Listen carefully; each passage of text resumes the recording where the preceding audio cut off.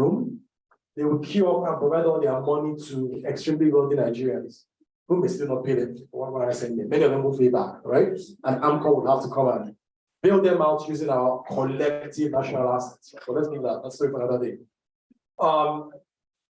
But the people who desperately need 50,000, 100,000, 200,000 to set up a small and micro business, what would they say? Oh, you don't have an address. Oh, you don't have collateral. You don't have that. You don't have this. You don't have any, right? So who's the onus on to create inclusive policies, right? Because if in a country, 80%, 90% are excluded, right? The problem is not with the people. The problem is with the businesses and the laws and the policies, right? If you have a scenario where 80 to 90% of the people are disenfranchised, there's a report that came out of the number of Nigerians that had up to 500,000 naira in their bank accounts, I think 2 years ago or thereabouts, right? The number was ridiculous. It was less than 500,000 people or something across in a country of 200 million people. So when we're talking about human rights, sorry, I just have to always bring in multidimensional poverty into it. Because I don't want to be free if I'm extremely poor. What's the point? Like, what does human rights mean when I'm living in absolute poverty and there's no access to opportunities? So if we talk about human rights, we're not just talking about laws or justice. We're not just talking about social justice. We're talking about economic justice as well and access to opportunities. So coming back to, in our own case, what we've done as an organization to deliver inclusion, to respect people's rights. We do a lot of research and surveys of our target audience on a regular basis. We do what is called the NPS as well, Net Promoter Score, amongst the drivers and the riders that we work with. And I'm very proud to talk about our sector because it is one sector that a lot of people look down on. Even, I'm sorry to say, but many of us in this room, you see an Okada rider, you're like, oh yeah, those are the riffraffs of society. They are not riffraffs, right? I would say that in this of an Okada rider is not a riffraff. The 99 out of 100 Okada riders are decent, hardworking people. Why don't you try and jump on an Okada and ride it and try to make money and let me know whether it's easy? Moving about 7, 8, 9, 10 hours a day, moving the people up and down, right? You want to think about roads in this country. Many of our communities are difficult to navigate, even in Lagos. Even in Lagos, you know, the so-called most developed states in the country, right? But Nigeria is not just Lagos. Nigeria is 36 states and FCT. Most of our states, except for the major roads, all the interior roads are not good. How do you navigate those roads? That's why we have Okadas and Kekes. That's how many people get outside of where they are to be able to access opportunities. So people need to move. Mobility in itself is a human right. In fact, not mobility, safe mobility. Access to safe mobility is a human right. So we got all this feedback and incorporated it into how our company and organization runs. Now, I will tell you that we are, because of the incredible amount of work we have to do, understanding the needs of our people, working with certain organizations to get feedback on how do we make sure that we implement the principles of justice in how we conduct business. How do we make sure that we do not discriminate in our business? I'll give you an example. We work with some civil society organizations to study some of our communities in Ogun State, for example. And we were providing financing for 2 or 3 wheel riders or KK and Okada riders. And we realized, after we had done it for a couple of months, that 90%, 95% of the riders that were working with us were all from Southern Nigeria, right, on our platform. But when you look out, you see that, it's diverse. You have a lot of people also from Northern Nigeria. And the question was, why are they not coming to us? Or is it us that's not going to them? What's the problem, right? So we realized there was an inherent, it wasn't deliberate, but there was inherent bias in our recruitment strategy and in the recruitment process itself. And what did we do? From research and carrying out surveys, we realized that, one, there was a little bit of a language barrier. So what did we do? We translated our recruitment material into Hausa, right? Not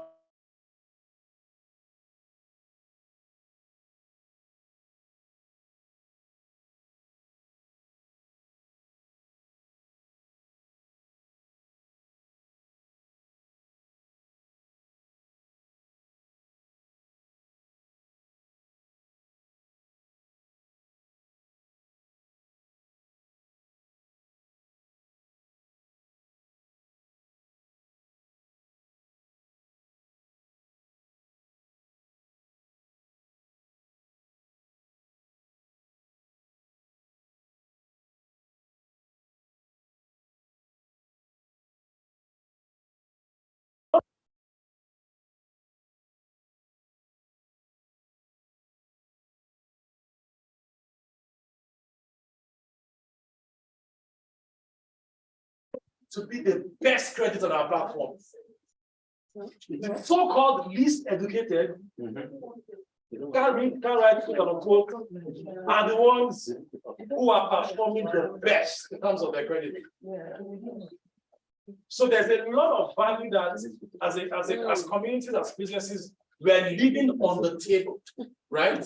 By refusing to build, basic human rights, basic inclusion ideologies and frameworks into how we conduct business.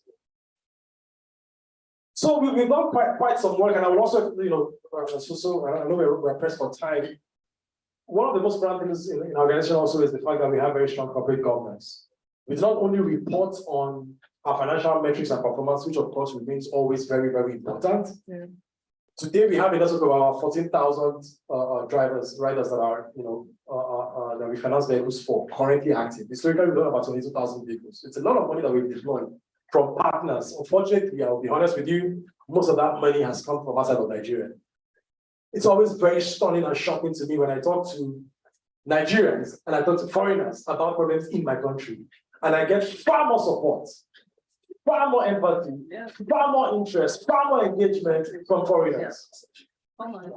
Absolutely embarrassing, unacceptable. And then last but not least also, which I also found very surprising is, within our organization itself, we had to invest significantly in orientation and culture from the top to the bottom. So we realized that when we bring in the values of inclusion into the organization at the top, we create policies. When you go on the field, you go and actually look at how some of our agents are engaging with our riders and the customers. Right, when you do mystery shopping, you see something completely different. And like, what the hell is going on? Pardon my French. So we realized that we also needed to invest heavily in training our own staff, not one time, but continuous, on respecting people's human rights. Just because this guy is coming to you to get financing for Okada does not make him dependent on you. You are not his savior. He or she is our customer. Right? It is the money they generate that is your salary. And we have to reinforce that consistently. That when this guy comes in, when you're talking to this guy or this girl, you respect them. Because unfortunately, the way our culture has evolved as a nation over the last 20 years, there is no respect for our fellow citizens. Yeah. Especially when they're economically below you. So, to summarize, there's a lot of work that needs to be done with leadership within organizations, embedding our basic human rights, doctrines, principles, the dignity of labor, the dignity of a human being just because they're a human being, right? All of that is quite some work that we've done, and looking forward to everyone's thoughts. Thank you very much, Mr. Babajiro. Thank you for the contribution. The power of continuous training and sensitization of staff, either from the top to the lowest level within the organization, is also very important to uphold these human rights. Thank you very much. Going to Ms. Maria, here on the Convention of Business Integrity. Based on the specific activities of your organization, how can business and civil society organizations work together in the context of promoting human rights? How can we further strengthen this collaboration? It's existing, but seems to be very weak, and there are different perceptions from each other. So how can we strengthen this collaboration so that we can achieve the benefits that it could confer? Absolutely. Thank you for the opportunity to be here. I am currently representing the CEO and co-founder of the Convention on Business Integrity, Mr. Sojia Pampa. So just to let you know, anything that I say that seems right is his purview. Anything that I say that perhaps raises an eyebrow might also be his purview, and you can email him directly, or no, any opinion that might raise an eyebrow is my own. But all that to say that the Convention on Business Integrity is a civil society organization. However, we often find ourselves advocating on behalf of the private sector, with the knowledge that the private sector and businesses have a key role to play in securing human rights. So Convention on Business Integrity, our focus is more on corruption, but many cases of corruption amount to nothing more than a violation of basic human rights. And even when it does not, corruption creates the enabling environment. As Mr. Bamiduro explained, poverty is such a big issue in this country, and that is the enabling, environment that allows people to take advantage of each other and not have a say in what happens to them. So that's the intersection, perhaps, between the objective of CBI as well as the topic of human rights. So businesses, however, have a critical role to play in the sense that I believe the UN identified freedom from want and freedom from fear as being central to human security and securing human rights. And it is only businesses who are able to create an environment where there is freedom from want. And so we like to collaborate with the private sector, with businesses, in order to create that environment where human rights will be respected and where there's no longer want in society. So we have had several engagements with private sector as a whole. And one of our most profound would be when civil society had brought up a problem in the maritime industry. And they had been flagging this for a long time. Business was not taking it seriously until it became an existential crisis for business themselves, realizing that they could no longer sustain the industry if practices continued the way that they were going. And so I think that number one is to understand that our objectives are the same. I think that number two is to understand as well that it's not only at the point of controversy or conflict that we are to engage each other. I know that civil society, we often have, that idea of being witch hunters, placards on the street, whistleblowers. We're here to find out what business is doing wrong, XYZ. Not at all. There are many opportunities for collaboration before we get to the point of conflict. So that's not only in an adversarial environment that we are engaging one another. There are opportunities to dialogue with host communities, and especially, I call them key touch points. So, at point of entry, at point of exit, at point of when there is a necessity for remedy. How do you handle conflict, at that very key touch point? How do you communicate with individuals? Those are all ways that civil society and business should start thinking towards. At these key touch points, what is it that we can do to make sure that everyone is respected, that everyone is heard, that nobody feels disenfranchised? Because honestly, we are in this position because I feel civil society often feels, and host communities, disenfranchised and powerless when it comes to being compared to the public sector or private sector to have your voices heard and your concerns met. So that's one item as well. And then if I may, I'd like to highlight three items that you can do in terms of operationalizing the policies that have been laid out in the NAP. The NAP is an excellent document. It is also very high level. So it's not industry specific, which it shouldn't be, because it needs to encapsulate all industries. So yes, step number one would be to take a look industry by industry to formulate SOPs so that people are able to recognize what accounts as a human rights violation. And this is helpful for both the host communities, civil society, as well as for businesses to understand clearly these are the terms of our engagement. So yes, just making sure that there are SOPs, standard operating procedures that will guide all interactions between businesses and host communities or civil society.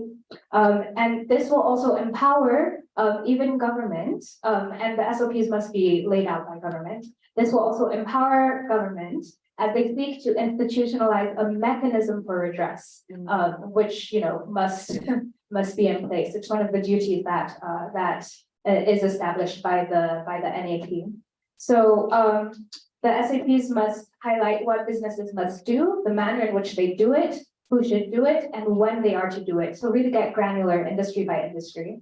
Number two would be identification of a well-placed independent body in order to advocate or to rather escalate any issues of redress that do come up. So that is not just host communities and civil society against businesses. Instead, there's someone somewhat moderating, somewhat arbitrating, as in order to just escalate the issues that do come up. The National Human Rights Council is actually well placed, to be an independent body to do so. And then lastly, just once more, collaboration through communication and data gathering. So having tech-enabled mechanisms in order to make sure that data is being gathered, anonymity is being secured, and just making sure that that is there in order to communicate with each other using evidence-based approaches, not perception-based approaches. Because it's the perception of business is out to get me, or the perception of civil society is here on a witch hunt, that also fuels these flames. So if we're able to approach each other using evidence-based data that has been collected, saying this is what happened against what should have happened in the standard operating procedures, we'll find that it all just becomes a due process sort of engagement. And it does not have to be visceral. It opens us up to collaboration and just more informative or more informed solutions as we try to protect human rights together. Thank you very much. Thank you for that contribution. The businesses and the civil society organizations have common objectives. So I think this is very key. We just need to keep have it at the back of our mind that we are all working towards the same objective. Thank you so much. And so Amnesty International. Amnesty International has been doing a lot. It's practically a household name. So can you tell us how you have been carrying out these activities? What are your experiences with the corporate organizations? Has there been collaborations that have yielded positive outcomes for human rights? Thank you very much.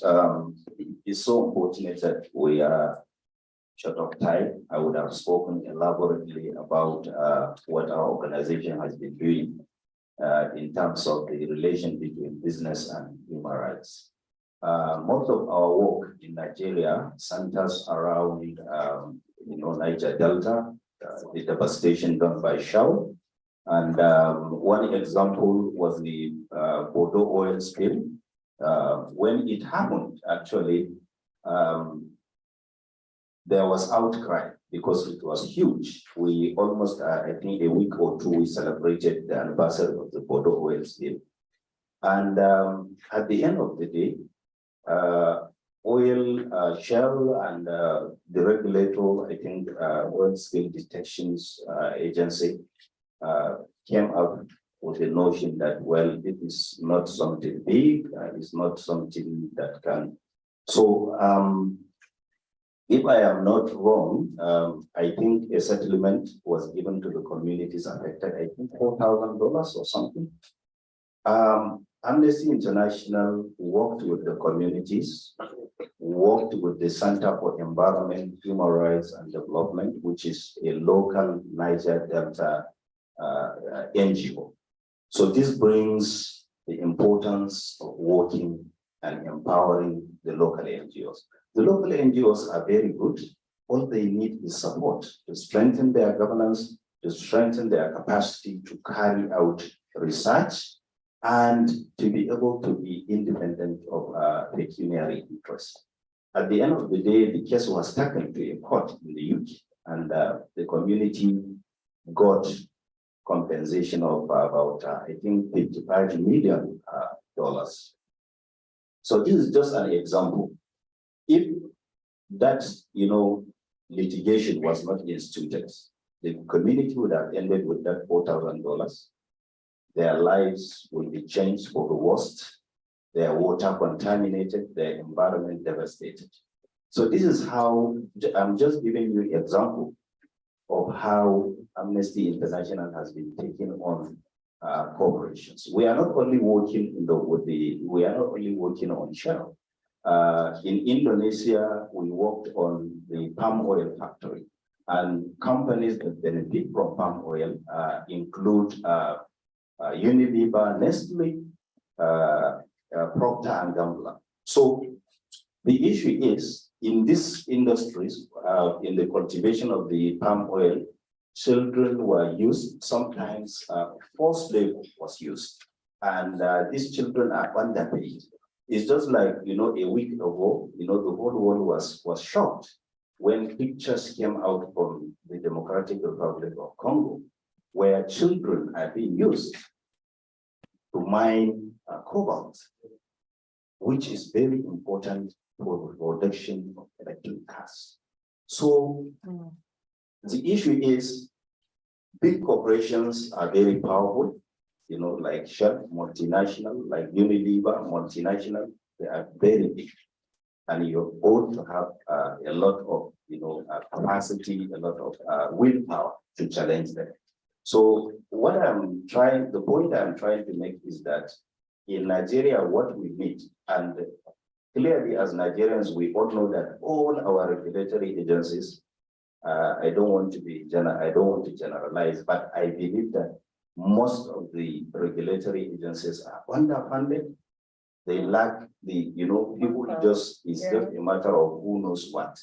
You just, you know, if you know somebody who is big, you just get into NCC, which NCC is supposed to be regulating the, you know, the mobile or telephone sector.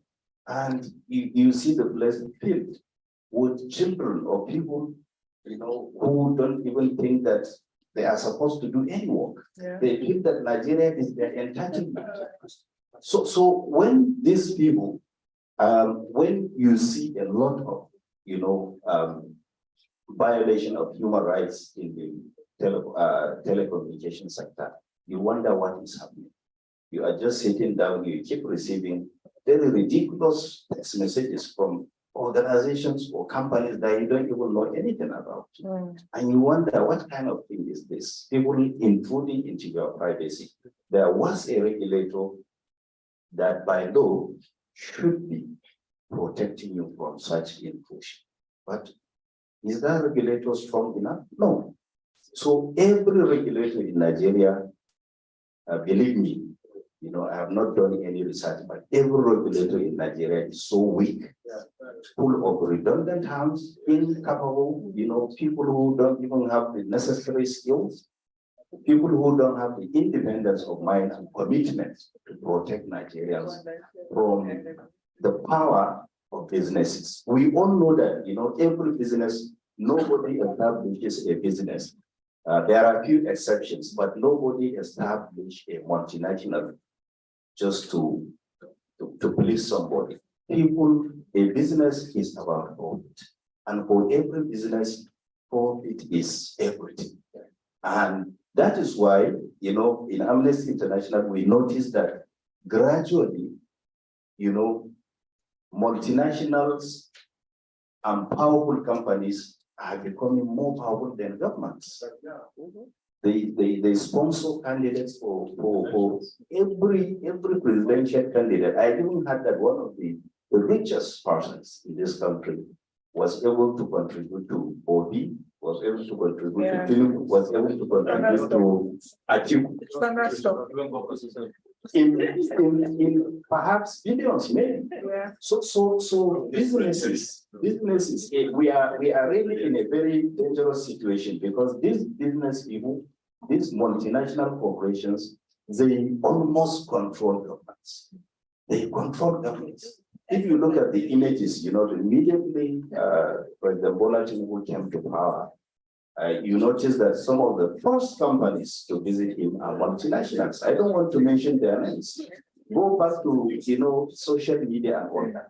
So in summary, what I am saying is that it is very dangerous for human rights for us to allow multinationals and corporations to be more powerful than the people. So every organization must have a platform for, you know, human rights. What are your plans for human rights? What are you doing? I am sure no company, you know, like Meta, the company that has WhatsApp and Facebook, they even had to start, you know, a human rights unit in China, where they have a room full of people who are just dealing with human rights. But that is not enough. I think the civil society, not only Amnesty International, the local civil societies must do more and must be strong enough, must be empowered not only by international funding bodies, but even the people, so that they can be able to hold companies to account. Like in Nigeria, we are seeing increasing casualization of jobs by banks, you know, to a ridiculous level, whereby, you know, in order to, avoid responsibility and turn people into something like inhuman treatment. Yeah. To walk away from their responsibility, they will say, okay, we are contracting this company, and this company will go and recruit young people who are victims of Nigeria. Yeah. In court, victims of Nigeria. Recruit them, pay them peanut without any safeguard, without any conditions, without even a formal contract. Yeah. And they continue to pay them very ridiculous, sickening pay. No health care cover, no insurance, nothing. Some even do dangerous work that had to do with machines, no cover, nothing. So in summary, what I'm saying is that as Nigerians, we have to make sure that we create in our own way, and we have to support all organizations that are working to make possible a society that is human rights respected. Thank you very much. Thank you very much, Mr. Sanusi. That is very insightful. I think there is also need for more collaboration among the civil society themselves. They also need to come together more stronger so that they could also approach the business environment with their own voice. Thank you so much. Ms. Emily, I'm going to ask you a question, but from two different angles. To start with, we all agree and we all know that it is important, this collaboration we are talking about between the civil society and the business community is very important, especially when it comes to human rights. How can we ensure that this collaboration is on a long term? As in, how can we sustain this collaboration? Also, the big part is that representing the Federation of the Mining Host Communities. How has this also worked in the mining communities? Because there has been a lot of issues as regards human rights violations in the mining community. How can CSOs also support the business in that mining host community to ensure that the rights of the citizens are not violated, or at least they are given back rewards for whatever that might have happened in their environment due to the operations of the businesses? Thank you very much for this opportunity. I'm going to come back again to the free trial conflict, because the relationship starts from there. And it's a tripartite relationship of the mining host community, the businesses, and the CSO. And like someone said, we don't want business organizations to see CSOs as confrontational. They should work with CSOs as collaborators, because CSOs are not just monitoring or evaluating ads, trying to see, like Madam said about being a watchdog, but they work as mediators. So why I'm saying that the relationship starts from consent, because one of the important aspects, requirement for you to earn or to own a mineral license, a title, is that you must have consent from that community. Now, the long term is that if you do inform them, for them to freely give you access to work in that community, it means it's already a long-term relationship. Mining is a long-term, because even the exploration is a long-term process before you even start the mining, exploitation itself, extraction itself. So, and it's over like 25 years license for mining lease that you get. So that's a long-term relationship. So if mining is done ethically, in an ethical manner, that's already a long-term relationship. So, and what is it? The investor, my business organization that come to work in those communities, came there because they're interested in what they are going to get the mineral from that community. And the community is also excited that you're coming, because they know that the socio-economic livelihood will change. So what am I trying to say is that if you do things ethically, then I support you. You support me. We expect that going to the second phase and putting everything together, that they will be fair. I don't want to say they're going to be, because there always be issues. Sometimes the community wants more than what they have bargained for.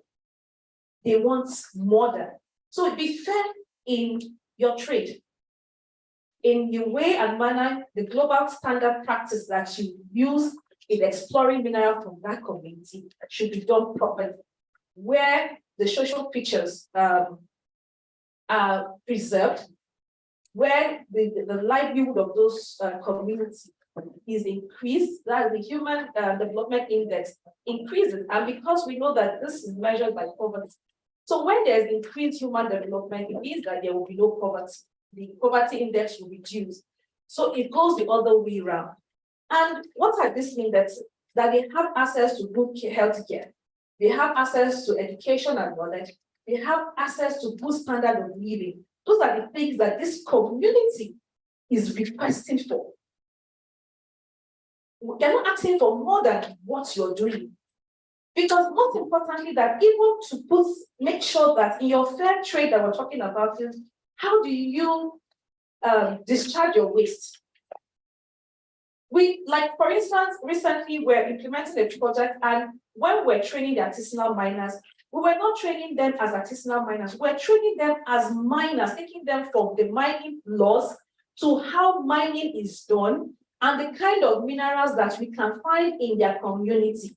And how, to the exploration and seeing that how can this extractions, what the gangs that are not needed from those minerals that are being processed, how is it being wasted? We're giving them those knowledge because we want them to be aware when you see mining companies working in your community doing certain things, you'll be able to call for help to know that this thing that is here is not for your own good. So this long-term relationship starts from that ethic, which will now help that you don't bring CSOs to come and just work when probably, as we're talking about, you want to export minerals, most companies want to export their minerals, and companies like where you're sending it to are asking for traceability documents, conflict-free, and then asking that some NGO should come and please give a statement to help you cover up. No, it should be from that implementation of the agreement between you and the community, so that every process will see that this is child labor free. There's not much exploitation of the people, the women who are working there, where you're discharging your waste is properly done. Then, because even for instance, which of course, maybe as we grow in the sector and the ESG is really compliant in the sector, then it will no longer be just the Ministry of Mines and Steel who is giving that conflict-free certificate. It shouldn't be. Because if you say it's conflict-free, what about the child labor? Who gives that certificate, the official form, saying that this area, it is free and fair, and there's something called fair trade certificate that you should earn. So, because at the long run of everything, what is everyone expecting? Value is the backbone of every trade, both for the community and for the business organization. And just like the Amnesty International was talking about, the exploitation, they can't be. So if we don't prepare the mining host community or this host community about what they should do, then of course the multinationals will keep exploring and doing havoc in our society. Thank you. Thank you very much. Please, if you don't have a applause and have a panel, if we give them time, we are not going to do that.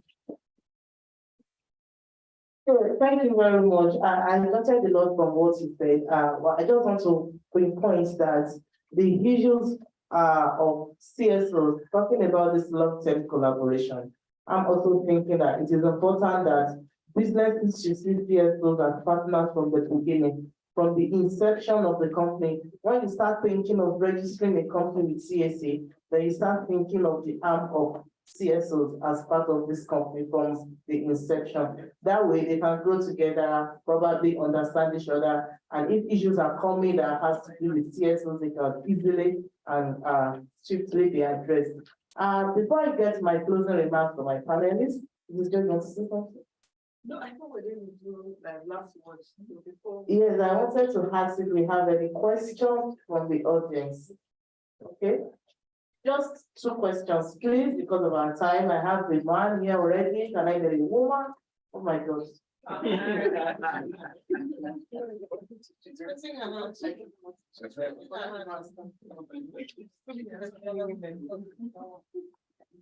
Thank you very much, panelists. I think the interventions that you all provided and the perspectives that you shared are quite insightful. And indeed, it's very useful as we look at the issues that we're looking at. Indeed, working in National Action Plan, I think it's really helpful for us. What I would like to say is that, my work question is that we need to have a collaborative relationship with CS instead of the adversarial type of, if you like, almost acrimonious relationship that exists at the moment. I don't think we'll achieve much. If we do that, I listen to my good brother in AI, attacking share and so on. I don't know if you have actually been to the Niger Delta. I live there. If you've been to Port, I've been there. I mean, so if you're in that environment, really kind of the kind of hostile business environment that Nigeria has become. And that's the reason why the likes of Tom Lopes, Glaxus, Shell, everybody said I'm leaving. I don't think that is the kind of business environment we want to build for our country. And we need to relate, we need to co-create solutions. And that's the point I made initially. And I think that every business that comes in, it may not be true that they are just there to exploit. I think it's to build opportunities for the common good of the country. While the businesses profit, the country benefits. The people get their own opportunity. Everybody has a fair share of what they're supposed to get. Again, we also need to have integrity. If you're a civil, sometimes when I work in the Delta, and I feel that sometimes there's a lot of lack of integrity in some of the societal work. You must communicate from the position of truth and knowledge. A situation where individuals are breaking pipelines, hundreds of pipelines spilling oils all over the place. You have 100, third-party interference, and then you have one spill that is operational. And all of a sudden, all the space in Niger Delta as a result of that one does not speak well of us. Okay, but I think that we should find solutions. And I think that's why this National Action Plan is quite useful. We need to work in an inclusive way to bring progress and prosperity to our nation, to help businesses to do work with integrity and to prosper and to thrive. Otherwise, if we continue the way we're going, a time will come when every serious business will leave the country and we have those who are only there to read people stay behind. I'm not sure that's really what we want to achieve. And if we look at resources also, we're no longer the only resource-rich nation. If you just look around the borders, Niger has oil, Ghana has Mozambique, and so on. And the sad thing is that some of the businesses that leave Nigeria, they just go next door and they set up. And they thrive. Why is this happening? It means that those countries are deliberately setting up the right business environment with the right temperatures, and it's helping those businesses to grow. So Michelin closes in Nigeria, sets up in Ghana, and then we'll go and buy tire in Ghana and bring it back to Nigeria. I mean, so we need to face ourselves.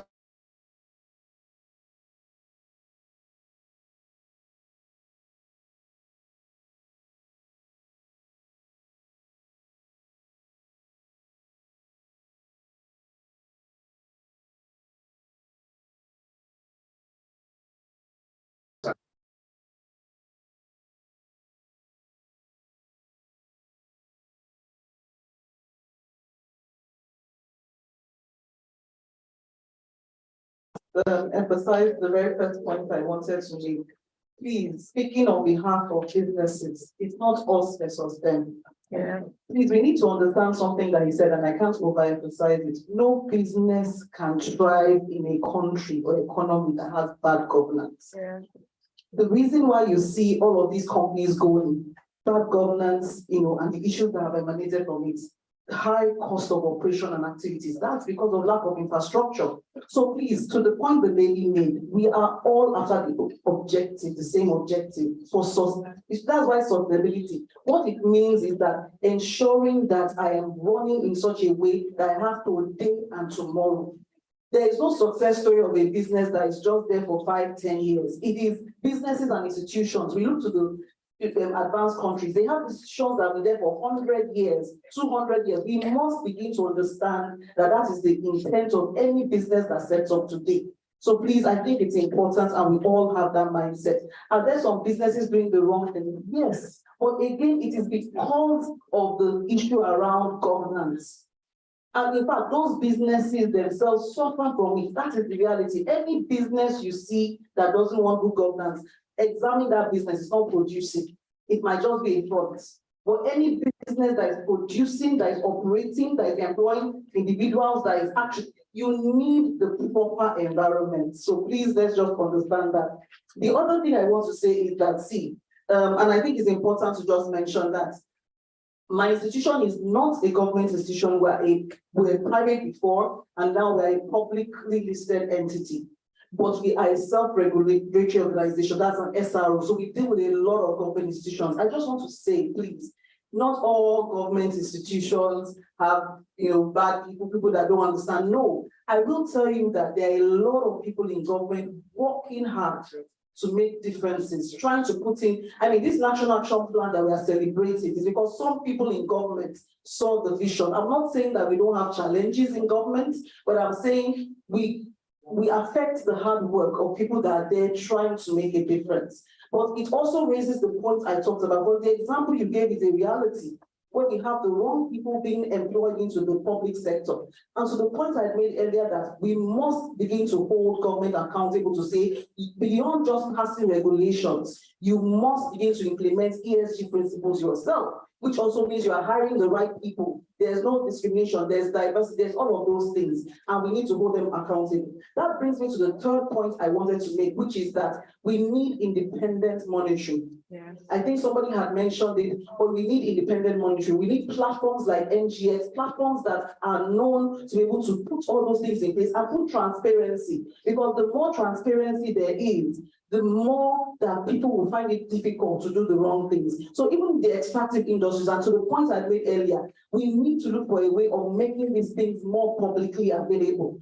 So they are on platforms that they have nowhere to hide, they have to report. Thankfully, the S1, S2 will solve that, but there's a lot of work to be done. The last point is this. We talked about training and capacity building. What we have noticed at NGX, so whether it's the SMEs, even the CSOs we are talking about, a lot of them are also preaching human rights in their own organizations, their own practices. That is the truth. So I always tell people that, and to the point I said earlier, when I talk about business and human rights, I'm talking about everybody. Third sector, public sector, private sector, we all have a role to play. And if we play our role, even we as individuals, someone has said it, we preach human rights every day. So the issue is this, beyond training and awareness, we need to begin to work with institutions to put in programs and to what, Madam, you had said about helping to foster compliance. We need to come up with programs that will work with people. See, training is one thing. Implementation is another. We run academies, we do training, but we have seen that beyond training and sitting in a classroom, to now apply training into implementation is a different thing. So NGX has introduced ESG programs that are being rolled out to SMEs, name it, not listed, because to the point someone had made, 48 to 50% of the economy's growth is based on the SMEs. So if you don't begin to implement those programs in them today, we are going to have a problem on our hands, both today and tomorrow. Thank you very much. Thank you for the contribution. Thank you. Yes, I just want to sit here, then I will just go like that. Please, let's make it brief, please. Just 2 minutes, just 2 minutes. So Good afternoon, everyone. I know we spent quite some time today. I will address the key thing that brought us all together today, which is, to quote Madam Naiti, sorry, I don't have your full title. We're here because we seek a strategy or strategies that will help implement this national action plan. My views, personal strong views, which I've communicated to a few of us here, is that first and foremost, we need to sell, if you would, pardon the word, the benefits. I will use the words of my brother over there, competitive advantage of running a sustainable business. And the sustainable business talks about ESG principles, which we've dealt with at length today. We need to let both the government, the business, and civil society know what the return on investment for what we do, or what the things we say we'll do. Why do I say that? If we don't do that, this will not work. How do we sell it? We sell it by, yes, we did talk about information, data, literature not being readily available, but they are available in pockets. The IFC has some. The UN ARMS and other multi and bilateral agencies have some. Some other organizations have some. I strongly recommend, please, let the working committee have a communication desk or team that pulls this information of the return on running your business with the lens and reporting. They're already, IFC last month had a program where they celebrated companies in Nigeria who have run their business through some of these principles, ESG principles, and the impact on their bottom line. Get all this information, sell it to businesses, sell it to government, sell it to SMEs, sell it to big corporates. And once you've done that, that's it. The reason sustainability is selling all over the world and businesses are getting better in the parts of the world that are getting better is because the businesses that have caught on see the return of investments for themselves. It is money on the table. It is not sentiments. Yeah. Diversity, equity, and inclusion is not because they like women or disabled people. It's because of the money they make at the end of the day. This is the best place to start from, in my honest opinion. Thank you very much. Thank you for the insightful contribution. Okay, can we still have that agreement? Maximum 2 minutes, please. 1 minute. Okay, 1 minute. 1 minute. One, okay. The monitor has said 1 minute. So I will take from this table now. I'll try to talk like I have hot air in the mouth. All right, I'd like to first say a very big thank you to the panelists for the rich discourse. I mean, we've established a lot of things here today. The first and the primary thing being that all parties need to realize that we're all on the same page, right? We've also spoken to the fact that monitoring, enforcement, and evaluation has to be very key. But my own 2 cents is going to be that we have to move from the view that sustainability, ESG, business, and human rights is a supplement to the view that it is an essential nutrient for even our businesses to thrive, right? And like Madam rightly said, the last speaker, we need to begin to sell the impact on the bottom line for the businesses, for them to be able to also then embrace it. So when we see it as something that is integral to the success of our business, and not just a nice to do or a feel-good thing to do, then businesses will begin to buy in, at the board. Thank you. Thank you. Thank you for the contribution. 1 minute. 1 minute. Thanks. I think a lot of convergence on some of these thoughts is emerging. And one of the things I just want to take it further from what has been said is, okay, yeah, an example that I gave was I was consulting for a company that was going to build a methanol plant. I wanted to build, was under pressure by the investor to build a low carbon methanol and progressing towards the blue methanol. But in the marketplace itself, there is no premium for no advantage for making your methanol either blue or low carbon. So methanol is methanol. So if you then spend all the money in that regard, you really be operating at a loss.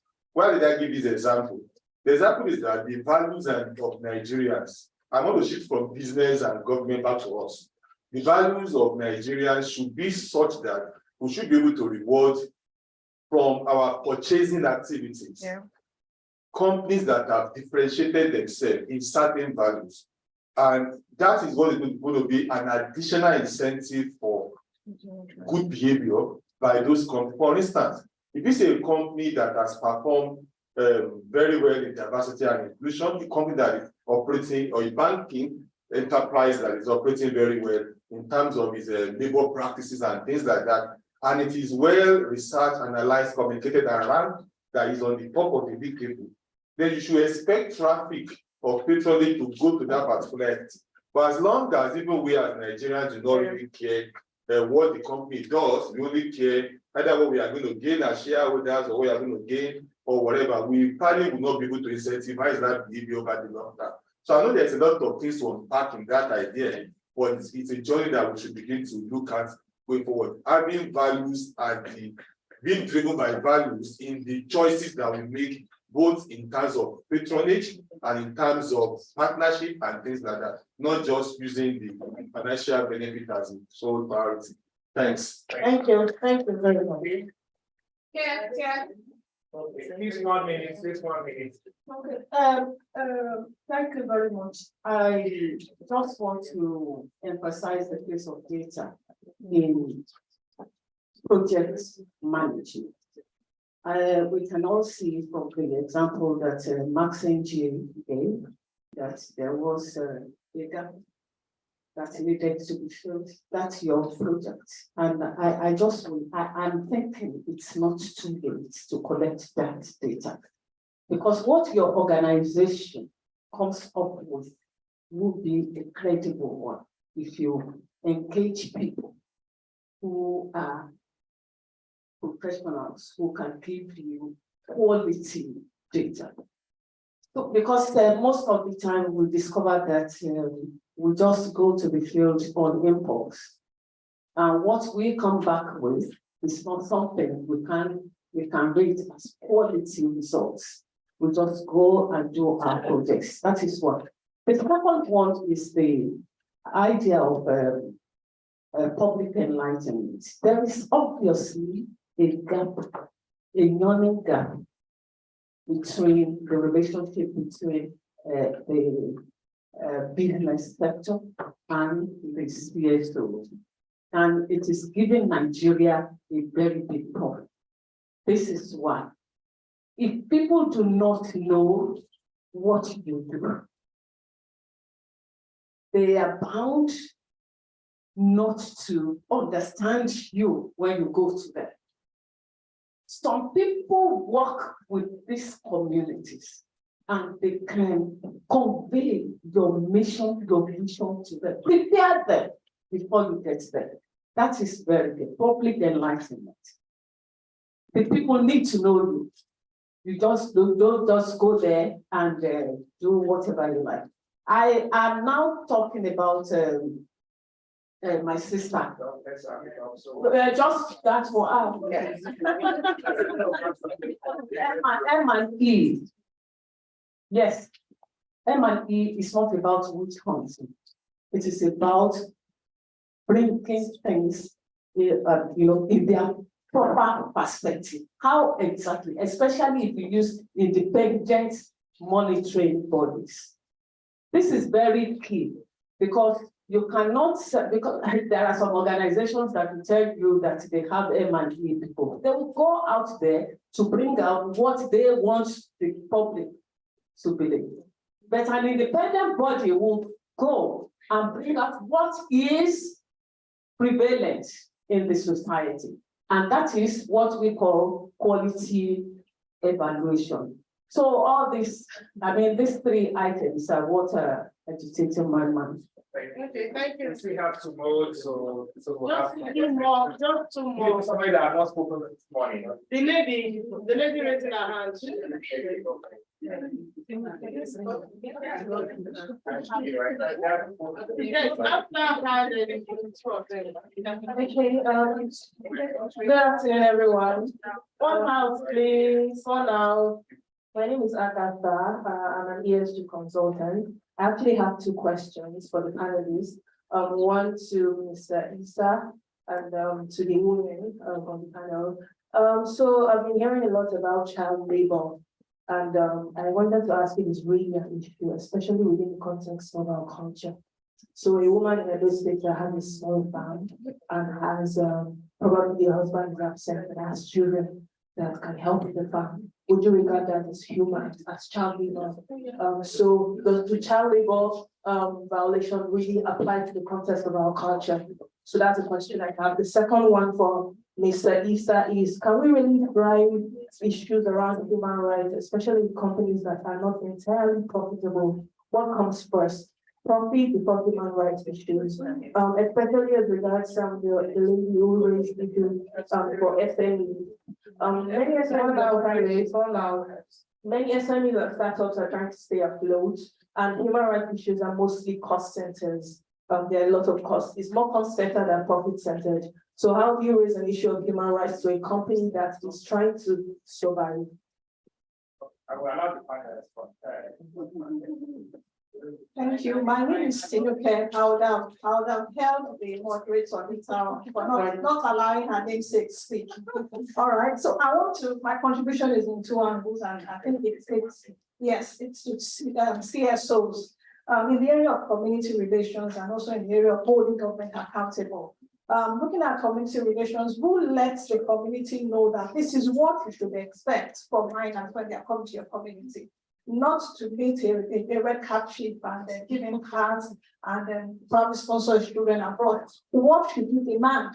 Healthcare, education. Who creates that awareness? Who engages the community around them? The second one, hold the government accountable. How do I raise an issue when somebody tells me you need to pay $200,000 to get unemployment? I mean, recently we heard about federal character, the funny thing going on there where employment racketeering. Who holds, who do I go to when I need a job? Somebody tells me pay to 200,000 naira. Thank you very much. Thank you, Roger. Let's clap for ourselves. Thank you for that contribution.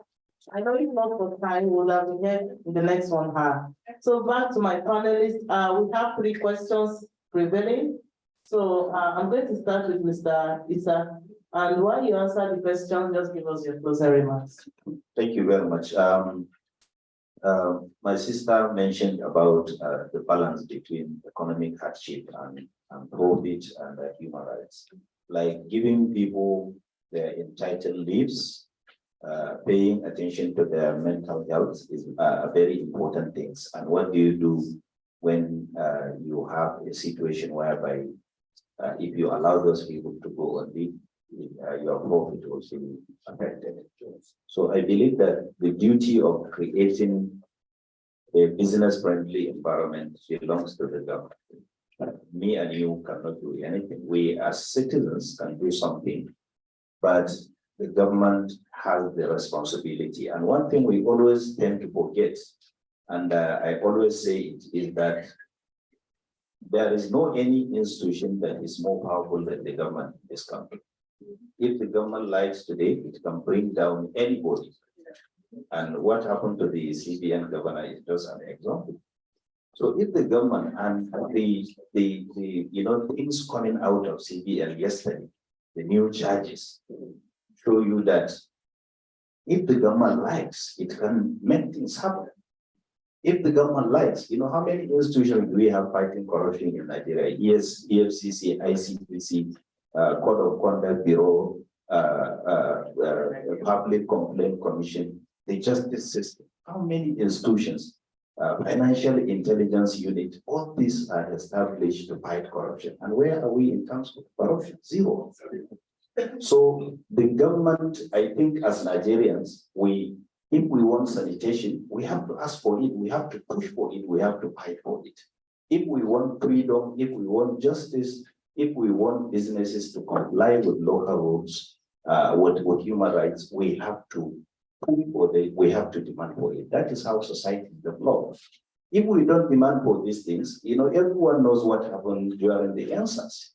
And before answers, every day you hear about the death of young people just because they are carrying laptops. So I believe that as Nigerians, we have to learn to demand for the right thing. If not, we'll continue the lamentation.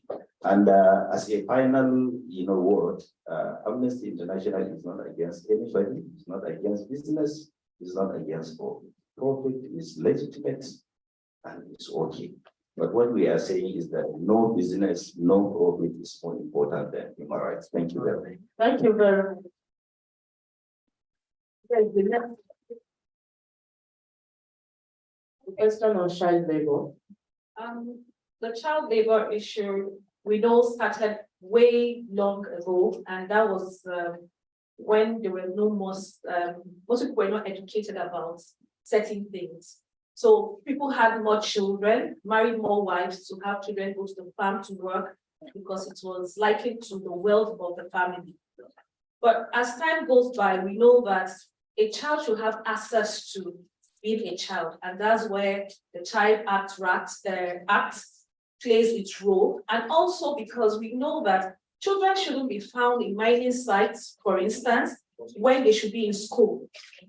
And we know different issues which I'm doing a research currently now, because there are issues where parents in Zawan, in Plateau State, where women leave their children at home to go to the mining site, and they come back, their child have been molested. So now they tell you, why should I leave my child at home and go to the mining site without my child? So there are different scenarios, but most importantly, when it is time to go to school, a child should not be found doing mining work when he and other children are in school. And most again, because children are more vulnerable, their immune system are not as strong as you and I right now, and they play in water. You go to mining site, you find a woman who has a 3-week-old baby on her back, exposed to the scorching sun, and they sometimes drop them down, they sit in that water, right? They play, they drink the water, which is toxic. And if we look at the issue in 2010 in Zamfara, what was the whole issue? It was just about using the utensils used in the house to pound, to do separation for these oils, and so we were ingesting lead poison, which killed a lot of children. Some people that are alive, possibly, as it was said, are sterile already. So those are the kind of issues where we cannot have children go to mining site. The exposure to all of those radioactive elements and all the toxic poisonous minerals in the mining site is what we should not even allow them to convert to. So one of the things we're trying to ask the women in the mining site to do is, why can't we build a crèche where they can have one of them go to watch over these children close by the mining site while they are doing their work? But that comes with a price. Who would do that for them? So those are the kind of things as an NGO that we're trying to see where we can have those access to be able to build such kind of facility for the women and begin to train them to see, to buy into that idea so they can sustain it. Also, the issue of CDA that somebody said something about. Informing the community about who should be held responsible. Now, you'll be very shocked that this community, they also have access to information. They know certain things that are happening. But we need them to understand that when companies are coming, what do you ask for? Which is clearly stated in the Nigerian Mineral and Mining Act. When we go to Article 116 on the issue of community development agreement, it is clearly stated on the roles of what they should demand for and what should be done, given to them by these mining communities. But because we know how poverty is in Nigeria, they want to ask for money. So if you're giving them money, that is on your own agreement. It can't be stated even in the agreement that you're writing that you're giving them money, because government will not even approve that document. So that's a different arrangement, but what you say you will do that. On our own part, what we try to engage mining companies to do is that don't promise because you want to get these mining communities to buy into your idea and you promise that you will build for them a helipad in their community. Give to them what is basic, what will work for them, and what will be useful and sustainable by this mining host community. Most importantly, that we'll be trying to engage that women have a role to play. There's never a time where I feel being discriminated as a woman than working in trying to negotiate on this CDA, and Emir said he doesn't negotiate with a woman. And in my life, that was the first time I realized that being in this gender should not give me access to people, you know. So, but the truth about it is that everybody has a role to play. When you go to mining communities and you say, oh, we want to have a town hall meeting, they don't call the women. They don't involve the women in those conversations. But forgetting that, like I told one of them, I said, but when you go home and you tell your wife what you negotiated, she tells you something different, and you will go there and start to fight other people on it because your wife controls your head sometimes. So what we're trying to say, bring them on board to sit in that conversation and let them say, this is what we want. And that way they buy in. You go to some communities, you build water, borehole water for them. They don't use it because there was no need assessment. And when you go back to do your M&E, they tell you that the time we want our children to go to the stream to fetch water, because having them go that far gives the mother and father time to be alone in the house. So you have this kind of role and issues of different kinds, and who plays different roles in communicating in the city. So basically, that was why I stated access to good health care, because one of the things I would like to say in rounding up is that I would look forward to see where, even from the 13% derivative and all of those percentage that comes back to this community where minerals are being mined, are not just used to develop the capital of those cities, that there's a reflection of this proceed, because what is being carted away and what is being seen in the mining host community, the disparity is, you can't even say. And that is why, like, insecurity, when you go to areas in like Mango, where you hear in the news now, is because who is there? There's nothing there. So they find those environment very trying for them to sit and, you know, dislocate this community people from there.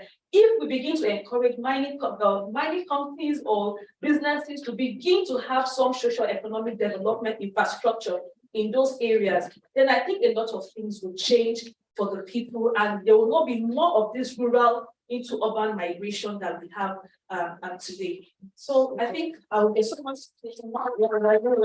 There's so much to say. Or the time doesn't wait. Your closing remarks, man. Okay, because we really overshot time. So just a quick one. Refer to ILO guidelines on child labor. They're taking into consideration a lot of the things that you're talking about in terms of, you know, culture. How do you balance between what we consider to be, you know, cultural in having the child must help at home, and the fine line between that and child labor. So if you refer to ILO, there's a lot. Then for the community, question on the community, there's a process to it. The guys in the oil sector, we defer to them all the time in terms of had a lot of, you know, experience in that area. And I think the first thing is the process of even understanding what the community, your host community needs. So doing the proper needs assessment and then going into that conversation that is beneficial for the community as a whole, as you know, as opposed to just a few individuals, and making sure that it's also beneficial for the mutual benefit, because you do realize that we pay taxes, right? I pay a lot of taxes. I know how much goes out of my paycheck on a monthly basis for paying taxes. So the government should also use their taxes. So when people say that the large organizations and the corporates are not doing what they're supposed to do, I wonder when I see my paycheck and I see that huge humongous tax that is being taken and it's not domiciled in my company, but it's going to the government. So we also must hold them accountable. I also wanted to refer to what Madam said, that we shouldn't lose sight of the action plan in terms of, you know, how do we then make sure that it's beneficial, we can sell the benefits. And so we need to capture that, you know, as an outcome of this 2 days. We've gone past, you know, antagonism, saying that big companies are very powerful.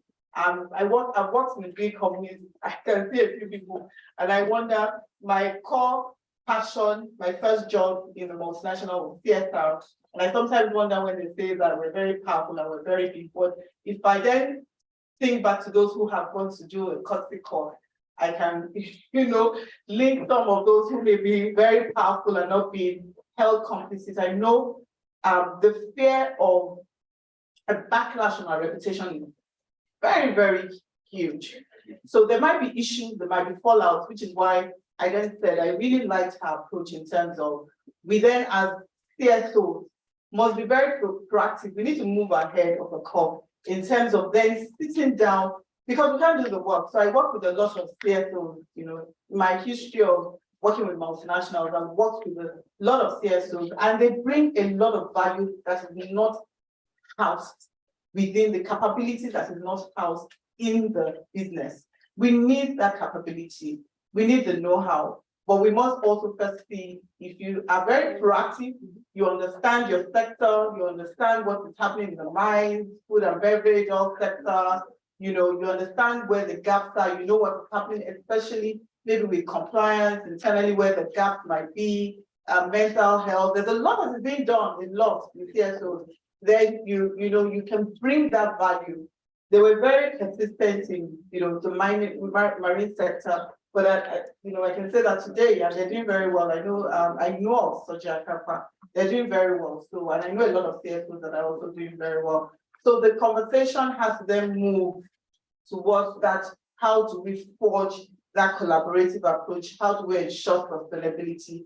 A lot of large companies are leaving Nigeria because of issues of lack of code of conduct, inability to, the issues around code of conduct, their inability to comply with certain things, from the operating environment that they can't, that is against, not in compliance with their own ethical values globally. They're leaving. So, thank you. Thank you.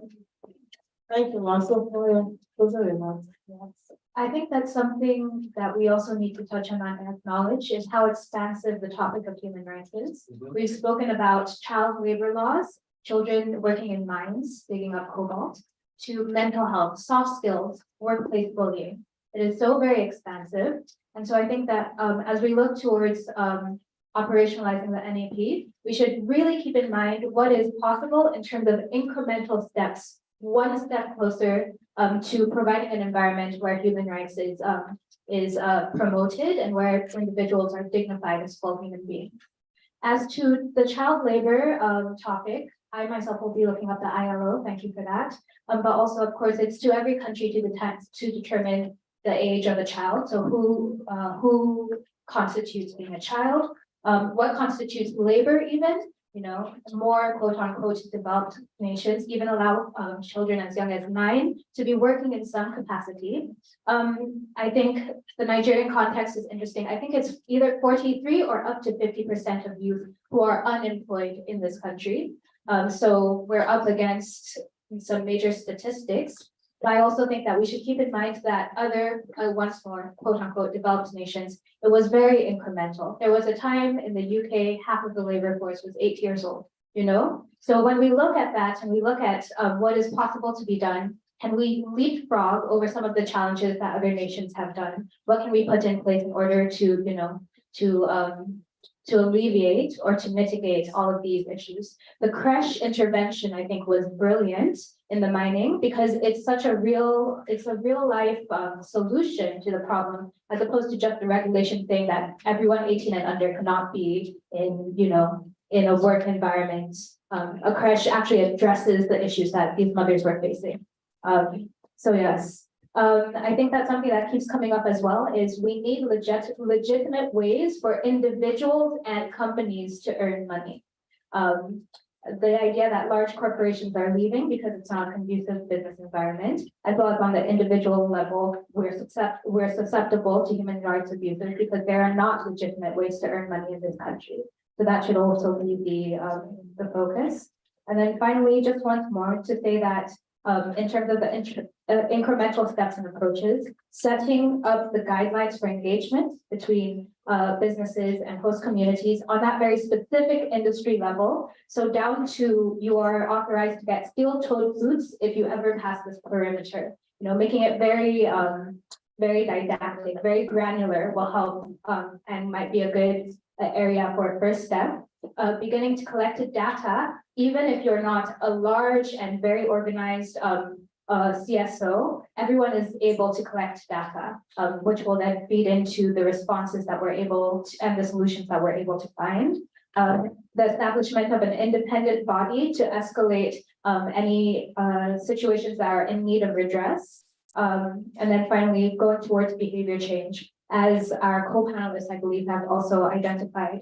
So businesses and civil society, we do not have the mandate of enforcement. That is government. Enforcement and consequence management is the backbone of behavior change. I think it would be very helpful to have a subsequent conversation with government, because they're the ones who have the authority to do the widespread behavior change that is needed to enact everything that is needed to secure human rights in this country. But yes, thank you all. Thank you very much.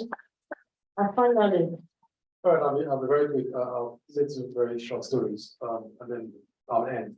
What I just want to end on, I think a lot has been said, is on the point around accountability, which if we don't deliver on, we're not going to achieve any meaningful results.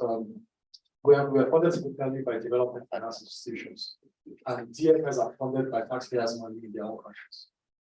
What that means for us is that when we receive that funding, we have extremely high levels of accountability that we have to provide. About 8 months ago, some of my team members did not provide some of those reports in the format that was required to some of our funding agencies. Right? They gave us 1 strike, 2 strikes, 3 strikes, we still didn't deliver it to the cut of funding. I had to fly to the UK to meet with them and have meetings with their CFO and their leaders to explain what happened. Ultimately, I had to fire the person who led that department in my organization, right? And I had to bring in auditors and bring in other financial advisors to rebuild my processes from the ground up. It took me 7 months. I just got my family restated. Now, that story is very simple, it's accountability, right? My funders themselves are held accountable by their own citizens in their government, right? The UK Foreign Secretary cannot go and explain that UK government money was spent on an organization that was irresponsible in terms of how it accounted for it. I as well couldn't shy away from it, even though I wasn't personally the one who was in charge of building those reports. But I'm the head of the organization, and I had to take ownership of every single thing my employees do. And therefore, I had to address the issue. It's simply a chain of accountability. Once that chain breaks in between somewhere, we're not going to achieve any meaningful results. Recently, I was on a safeguarding call with another organization that was looking at our internal processes. And they asked one of our managers in the company, a very simple question. They said to him, if one of your drivers that works with you in the company, one of the drivers that works with us full time, not the drivers we finance vehicles for, go to his village and marries an underage girl. What do you think? How should the company treat it? He almost kills me on the call. He says, well, we have to respect people's culture. And if his culture permits it, then that's what it is. I said the guy was finished. But thankfully, all the other managers quickly jumped on the corner and said, this is completely unacceptable. The driver, anybody who works with us, has to abide by our own guiding principles of the organization. Underage marriage is completely unacceptable. So we will talk to him and explain to him that this is unacceptable, and also we will disengage with the organization if we insist on doing it. Because we cannot be found to have an employee or an agent who engages in any principles that violate basic human rights. Simple as ABC. So without accountability ultimately, and what is the role of civil society organizations in this? Holding multinationals, as our director from Amnesty International explained, are extremely powerful. But organizations are run by human beings, not by spirits. The way we hold government or hold organizations or multinationals accountable is by holding their leaders accountable, right? Recently, we know that some ministerial nominees in Nigeria were not approved because of the numerous amounts of petitions that were written against some of them. That is the power of civil society and citizens. We cannot hold business leaders accountable. I'm a business leader. But we can't hold business leaders accountable. We can hold the heads of multinational institutions accountable. As civil society organizations that see a pattern of misbehavior in certain organizations, can hold their leaders accountable. And if those leaders need to be changed, then so be it. If we don't do this, If you only put carrots at it, so someone said we all have the same objective. In this room, we all have the same objective. As we're having this meeting, some other people somewhere that we don't know are having a meeting to make sure everything we're discussing here does not happen. Yeah. So without accountability, there's no progress. I'll end there. Thank you very much. A round of applause for your before we round up this session, please, I would like to invite Naomi joining us online for our remarks.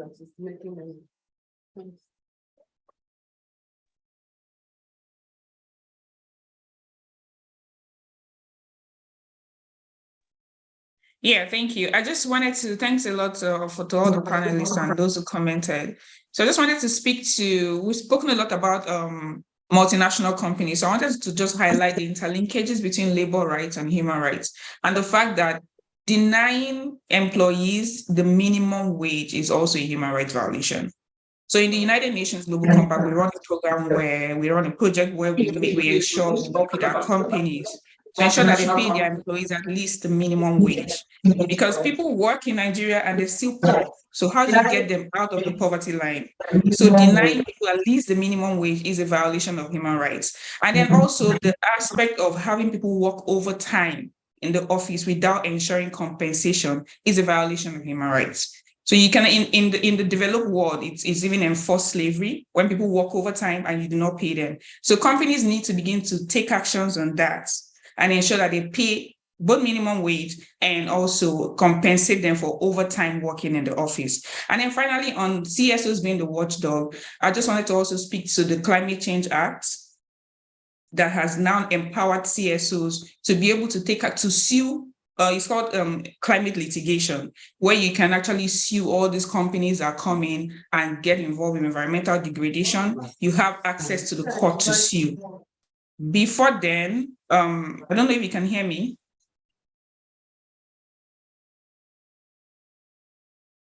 Can you hear me? All those companies that come in with environmental degradation, you have access to the court to sue. Before then, maybe you can hear me. Yes.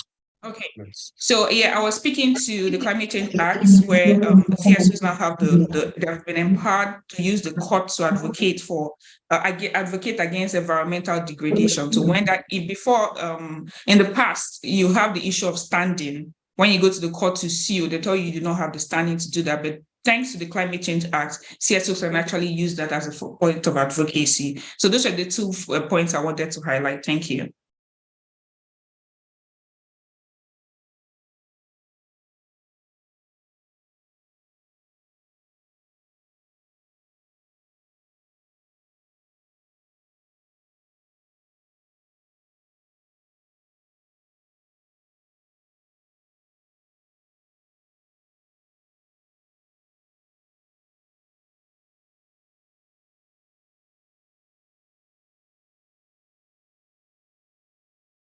For the contribution from making employment. And to the panelists, thank you for sharing your experiences and for the information you have reached out. So we take our leave. Thank you very much. All right, thank you very much.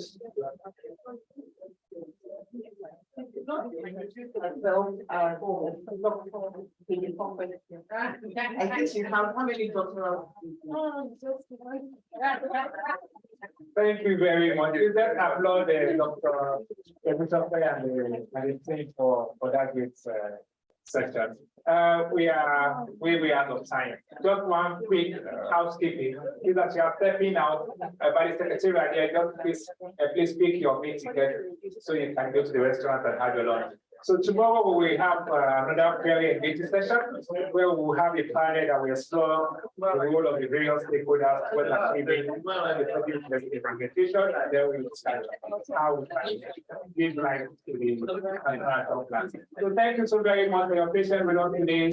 Please enjoy your meals, and then tomorrow we start 9:15 on the dot. So please be here before that time to do your registration. So 9:15 on the dot. Thank you very much. This picture.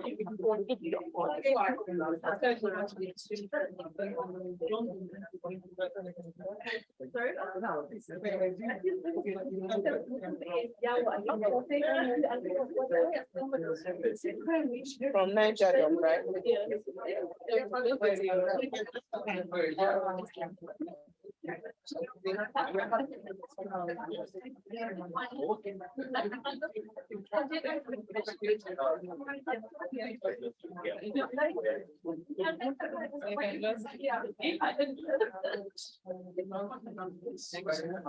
Yes. One by one. Thank you.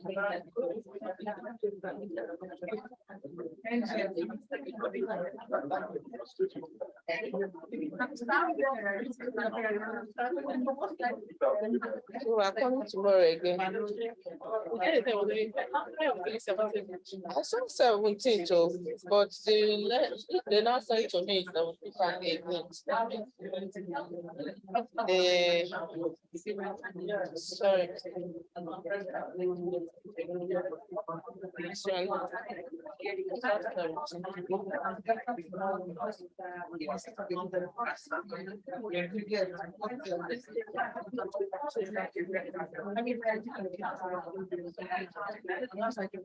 Did you see it? So it's 17th and 18th.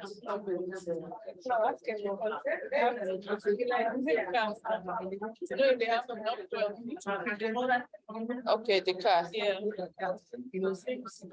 No fuel. They're actually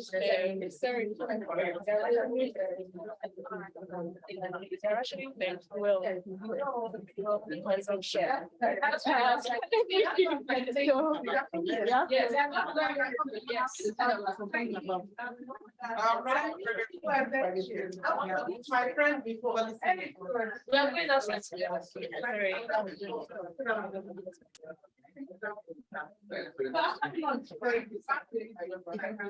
Yeah.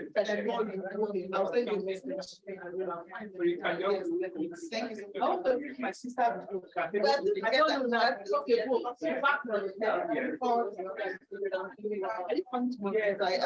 I wasn't planning to go. It's interesting. So we'll see. No, we'll see. We'll go to down and talk. Let me go. Trying to. I had it taken. Yeah. No, I know if I was the time I went back, this course has been so engaging that I just have to be here to know as well to track everything.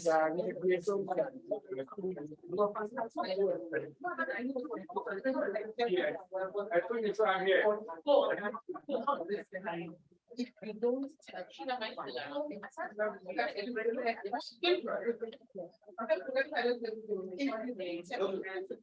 I want to see.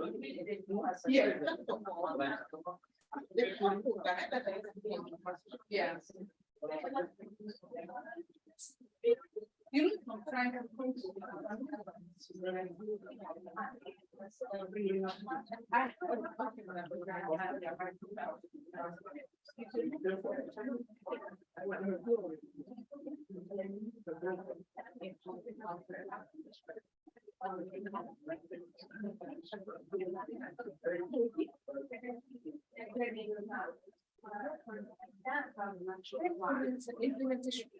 implementation. It should be about.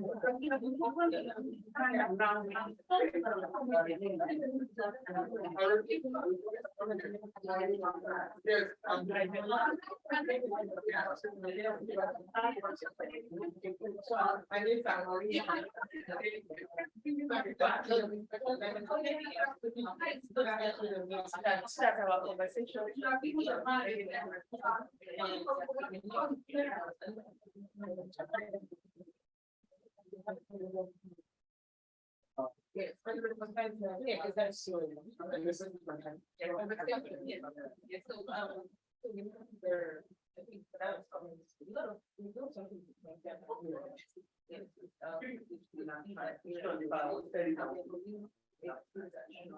Yes. So if I go to your site.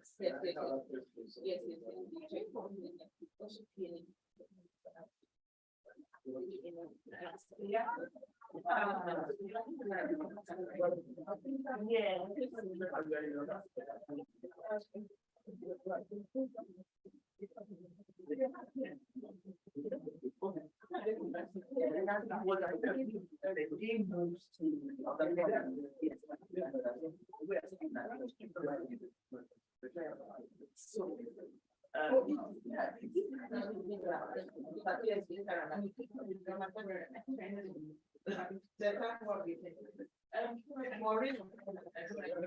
send you.